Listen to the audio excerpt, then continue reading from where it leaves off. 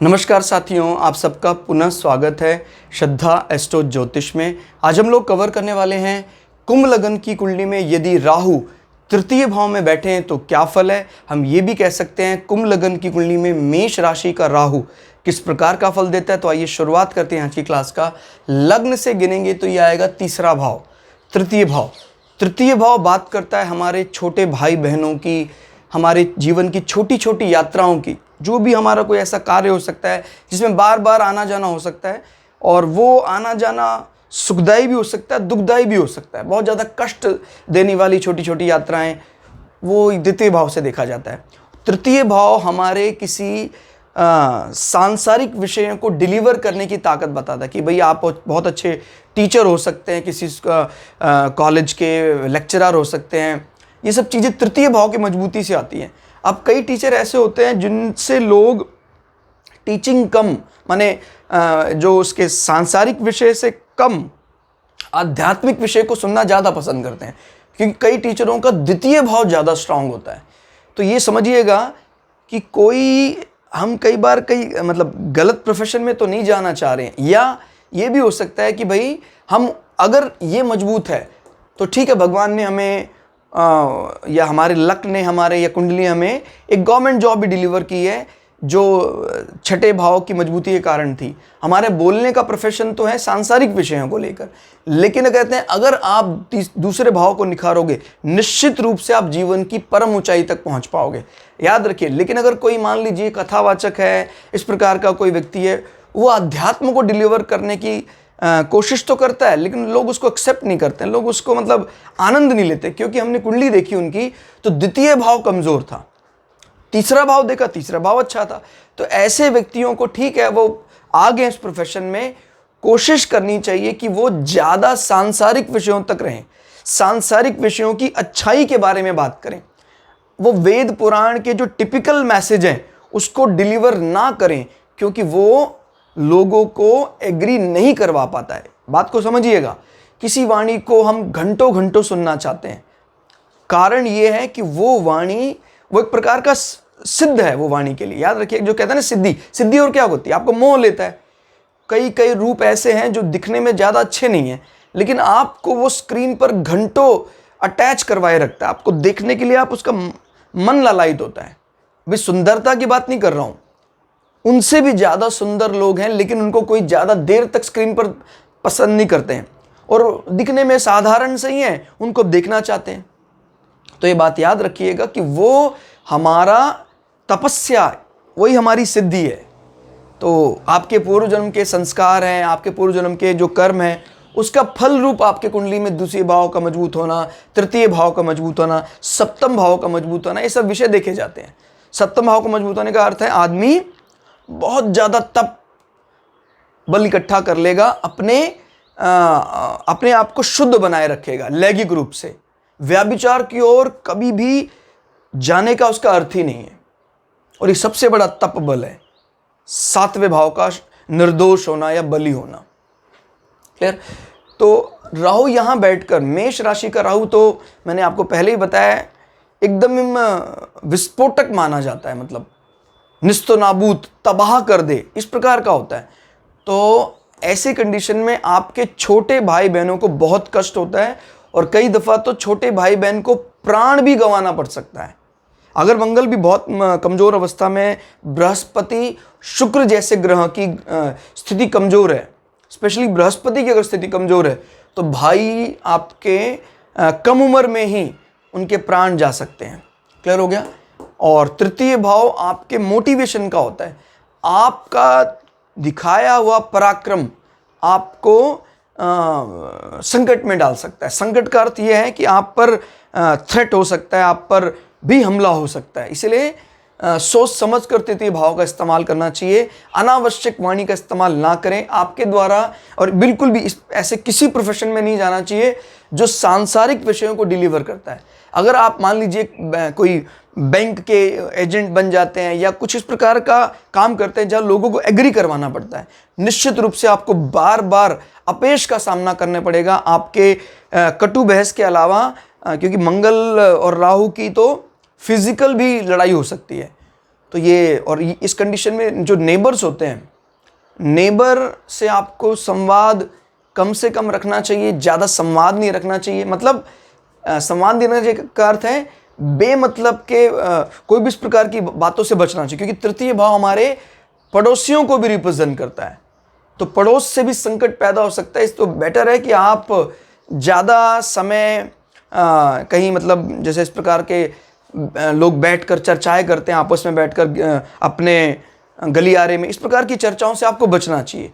ईश्वर के आनंद में रहें या अपने घर परिवार के लोगों के साथ ही बातचीत करें, नेबर्स से चर्चा करने से बचना चाहिए। तृतीय भाव ये भी बात बताता है कि भाई जो यात्राएं जीवन में होती हैं, छोटी यात्राएं, उन यात्राओं से संकट हो सकता है। क्लियर? यानी तृतीय भाव अभी काफ़ी कमज़ोर अवस्था में, लेकिन हमारे जो पुराने ग्रंथ हैं वो बड़े ऊंचे स्वर में बात भी कहते हैं कि भाई मेष राशि का राहु इस प्रकार का माना जाता है कि असहनीय पीड़ा देने के बाद, यानी मरणासन्न करने के बाद व्यक्ति को अंततो गत्वा स्वयं राहु ही रहम से क्षमा कर देता है। यानी जैसे किसी जातक को या किसी व्यक्ति को फांसी की सज़ा हो गई और फांसी की सज़ा में वो जा रहा है, अंततो गत्वा जब फांसी झूलने वाला था, राजा को उस पर दया आ गई, चलो कोई बात नहीं मैं इसको क्षमा करता हूँ। ऐसे ही स्वभाव यहाँ राहु का है। इतना ज़्यादा टॉर्चर करने के बाद अंततो गत्वा तृतीय भाव जीवन के कह सकते हैं दूसरे फेज में, भाई कोई 35-40 उम्र के बाद एटलीस्ट, इसमें कंडीशन क्या है भाई, मंगल जो है अच्छी अवस्था में, अगर नीच का भी है तभी भी नीच भंग हो रहा हो, और कम से कम 2 बार मंगल की अंतर्दशा ट्रिगर करनी चाहिए, तब उसका आपको पॉजिटिव परिणाम, यानी फिर राहु ही मंगल की तरह बर्ताव करने लग जाता है। जीवन में काफी बड़ा समय संकटों से जूझने के बाद मेष राशि के राहु को डिकोड करना one of the toughest task कहा जाता है। प्रथम भाव में तो ऐसा कहते हैं कि मेष राशि का राहु जीवन का अंत ही कर देता है, लेकिन अगर व्यक्ति बचता है, महादेव की रक्षा से अगर वो बच जाता है, तो फिर व्यक्ति को वो राहु ही परम ऊंचाइयों तक पहुंचा देता है। तो क्या कमाल का ये दर्शन शास्त्र का ज्योतिष ग्रंथ है, जहां पर एक प्लैनेट का रवैया सीधा एक लाइन नहीं है कि भाई ऐसे ही रहेगा, ड्रास्टिक बदल जाता है, ड्रास्टिकली चेंज कर जाता है। फिर हम बात कर लेते हैं राहु की दृष्टि की। तो यहां से राहु की पंचम दृष्टि है, जो ये बताती है कि हमारा जो पार्टनर होगा, जो हमारा मैरिड लाइफ का पार्टनर होगा, अगर तो सूर्य मजबूत अवस्था में, तो राहु की दृष्टि सिर्फ ये कर सकती है कि भाई आपको कहीं ना कहीं आपके पार्टनर को कुछ ना कुछ शारीरिक समस्याएं दे सकता है, शारीरिक कष्ट दे सकता है। लेकिन अगर सूर्य भी कमजोर अवस्था में है, तो फिर राहु की दृष्टि निश्चित रूप से आपके मैरिड लाइफ को खराब करने का काम करती है। वो खाली पार्टनर को शारीरिक कष्ट नहीं देगी, आपके मैरिड लाइफ, क्योंकि ये हमारे इंटरनल सेक्सुअल ऑर्गन की भी बात करता है। सूर्य बहुत कमजोर है और राहु की दृष्टि आपके इंटरनल सेक्सुअल ऑर्गन में भी कोई ना कोई बीमारी, क्योंकि ये राहु के पास कई स्किन डिजीज रहती हैं, जैसे शरीर में दाद और खुजली, और राहु के लेप्रोसी यानी कोढ़ की बीमारी भी है। तो स्किन डिजीज होने की संभावना है प्रबल, शरीर में पित्त रस बढ़ सकता है, बाइल जूस बढ़ सकता है, इस कारण से जलन रह सकती है इंटरनल सेक्सुअल ऑर्गन में। क्लियर हो गया? तो और मैंने पहले ही बताया, जब कभी भी अग्नि तत्व राशियों में बैठता है तो शरीर में फायर संबंधी समस्याएं होनी ही होनी है। तो फिर आपको पानी शरीर में ज़्यादा पीना चाहिए। उस अग्नि को, आपको पता है ग्रंथों में भी लिखा है, अग्नि को कौन शांत कर सकता है? अग्नि को शांत जल कर सकता है, क्योंकि जल में अग्नि भी है और वायु भी है। ये मेरा साइंस तो ठीक है, साइंस तो हमने पढ़ी, आपने भी पढ़ी है, ये हमारे पुराणों का, हमारे ऐतिहासिक ग्रंथों के वचन है।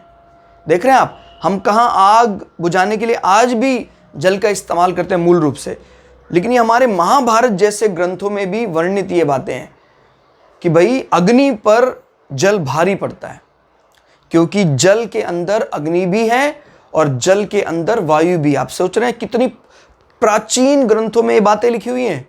और हम बात करें कि भाई हमने hydrogen plus oxygen is equal to H2O, यानी हाइड्रोजन यानी अग्निदेव, ऑक्सीजन यानी वायुदेव, इन दोनों के मिलन से क्या बन रहा है? जलदेव यानी H2O वाटर। तो ये बातें तो हमारे ग्रंथों में पहले से ही वर्णित हैं। क्लियर?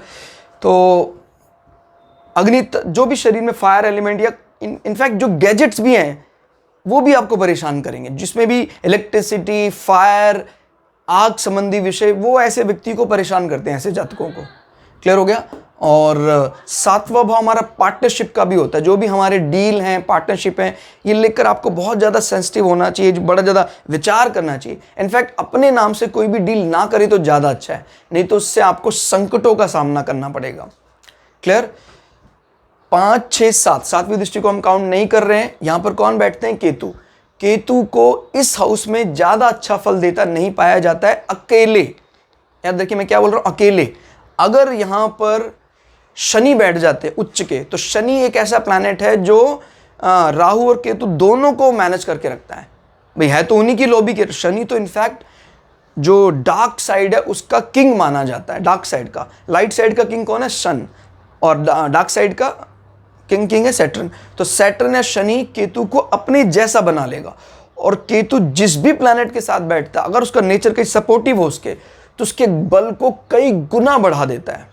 मतलब 1 या 2 नहीं, कई गुना बढ़ाने की ताकत रखता है। तो इस कंडीशन में शनि उच्च का भी हो जाएगा और केतु के बल से महान बली हो जाएगा। क्लियर? तो ये चीजें ऑब्जर्व करनी है कुछ, कि किस प्रकार से केतु का नेचर राहु से एकदम अलग है। राहु पूरी तरह बहिर्मुखी होने की बात करता है। केतु को क्योंकि सर तो है नहीं, शरीर है, तो शारीरिक सुख वो समझ सकता है, लेकिन वो बुद्धि लगाने का बहुत ज़्यादा विचार वो उसके बस का नहीं है। इसी कारण से इनफैक्ट वो मोक्ष की तरफ भी जाता है, क्योंकि जहाँ भी व्यक्ति बुद्धि लगाता है वहीं हमारे मोक्ष में वही बाधा का कारण बन जाता है कि यार शरीर के सुख की बात कर रहे हैं, इसकी सुख की बात कर रहे हैं। तो याद रखिएगा बुद्धि तो उसके पास नहीं है, इस कारण से वो सीधा एक मार्ग पकड़ लेता है। और अगर उस पर कहीं सात्विक ग्रहों की दृष्टि हो, उनका प्रभाव हो, तो उन्हीं के रंग में रंग जाता है केतु। लेकिन केतु कई दफ़ा अगर बिफर जाए, गलत दिशा पकड़ ले, तो वो सुसाइड बॉम्बर और मतलब अपना शरीर खत्म करने वाले आतंकवादी, इस प्रकार के आतंकवादी केतु के प्रभाव में देखे जाते हैं। समझिए जरा, राहु उन आतंकवादियों को तैयार करने वाला लीडर है और केतु उनको कुछ नहीं पता, वो तो ब्लाइंड फेथ करते हैं, अंधा विश्वास करते हैं और अपने शरीर को तबाह खत्म कर लेते हैं। तो बहुत ज़्यादा फर्क है इनमें। राहु और केतु एक दूसरे के अपोजिट है, बट फिर भी शनि दोनों को मैनेज कर लेता है। शनि तो उस डार्क साइड का किंग है। तो 7वीं दृष्टिहीन माना जाता है। 7, 8, 9, 9वीं दृष्टि से यह आपके विश कंप्लीशन में बाधा डालता है। अगर जैसे बृहस्पति बहुत मजबूत स्थिति में है, तो आपको पता है घर का रिजल्ट किसके पास रिजर्व रहेगा? बृहस्पति के पास। लेकिन जहां तक बात है कि भाई कहीं ना कहीं एकादश भाव में मटेरियल गेन के लिए कोई भी प्लैनेट अच्छा माना जाता है, तो कहीं ना कहीं कम्युनिकेशन इंडस्ट्री से या कह सकते हैं विवाद के बाद भी हमें तृतीय भाव से संबंधित विषय, विवाद के बाद भी छोटे भाई बहनों से हमें कुछ ना कुछ प्राप्ति होने की संभावना बनी रहती है।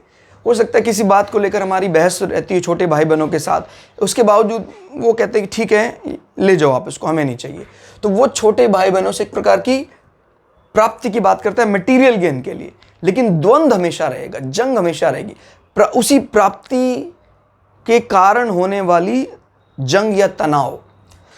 यहाँ पर दृष्टि हमारे बड़े भाई बहनों, हमारी बड़ी बहनों को परेशानी देती है। हमारे प्रिय मित्र हैं जो, उनको भी परेशान रखता है राहु की दृष्टि। बृहस्पति बहुत मजबूत अवस्था में, तो परेशानी के बावजूद भी कभी सेपरेशन नहीं होगा, क्योंकि रिजल्ट किसके पास है? घर के मालिक के पास रिजर्व्ड है।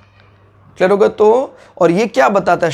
शरीर के अंगों में घुटनों का निचला हिस्सा, तो अगर ये मजबूत अवस्था में नहीं है एकादश भाव, तो आपका जो घुटने का निचले हिस्से वाला पैर है उसमें कुछ समस्या, चोट लग सकती है, खासकर राहु की दशा, अंतरदशा, महादशा में।